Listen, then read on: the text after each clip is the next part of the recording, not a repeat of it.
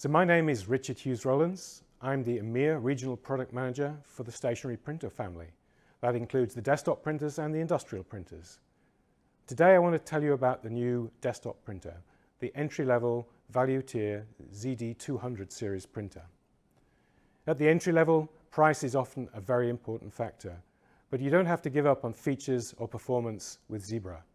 It's built to the same standards, the same quality, and in the same factories as the rest of the Zebra printer range, including the ZD400 and the ZD600 series.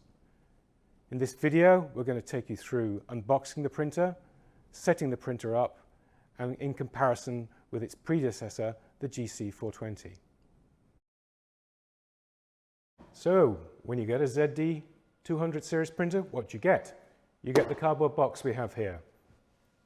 Standard Zebra shipping materials, looks like any other printer at this point. So let's open it up and see what you actually get. First thing you notice, and the first thing you're going to use, if you've not done this before, is the setup guide. And we'll take a look at that a little bit later on. Also on the reverse side, we have packing instructions, should you need to get the thing back in the box at any point. Open it up, 2 power cords, standard kettle style Euro and UK power cords. A bit more unpacking, USB cable, type A, type C, standard printer cable, power supply, again pretty standard stuff for the desktop printers from Zebra. A little bit more paperwork, the safety guides,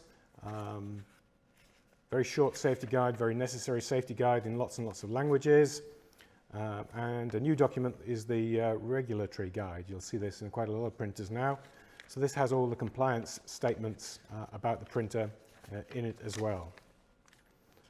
A little bit more unpacking, and the printer itself is revealed. So let's take it out of the box and have a look.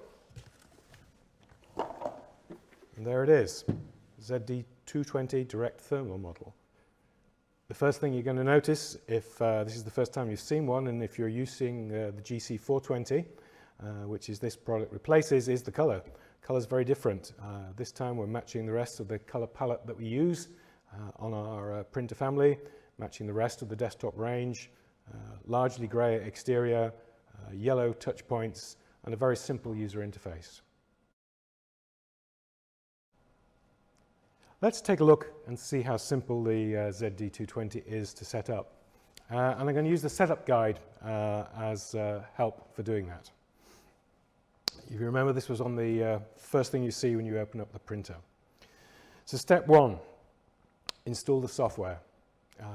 Really does help a lot if you actually install your software first, particularly on Windows. So get the drivers loaded, get your application loaded. First step on the instructions.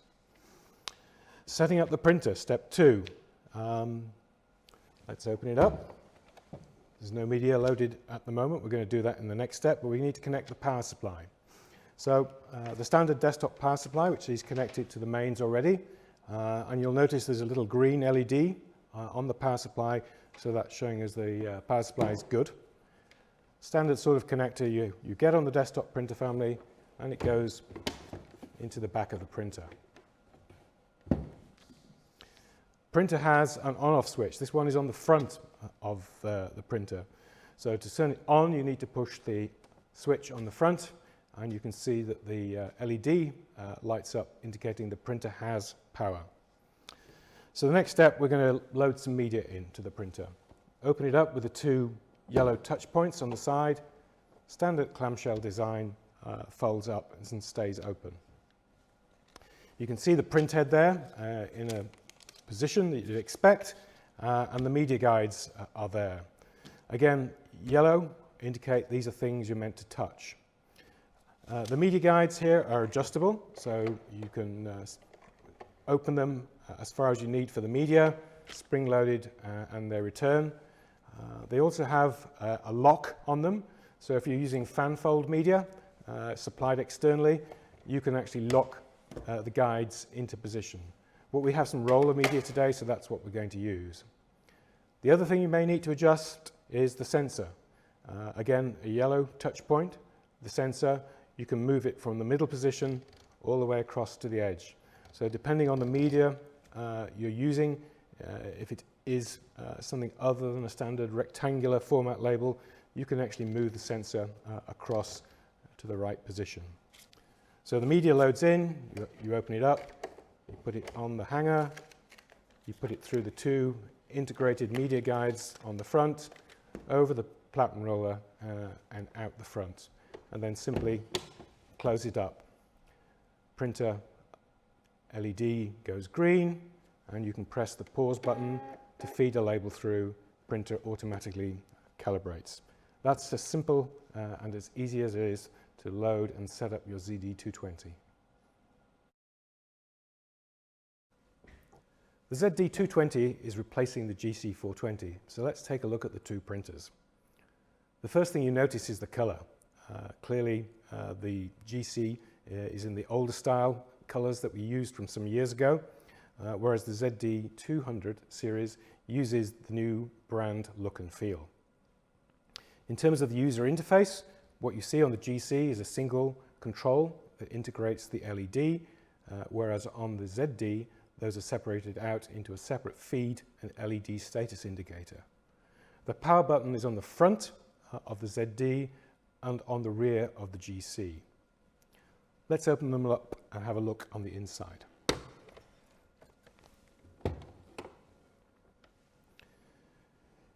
You see the use of yellow again on the ZD to indicate those areas you're meant to touch. The roll holder and media guide are one integrated component on the ZD. As you open the printer up, the roll holder moves and the media guide moves. On the GC, there are two independent movements. So you have to adjust both the roll holders and the media guides on the side to set it up for any given media. So from that point of view, the ZD is easier to use.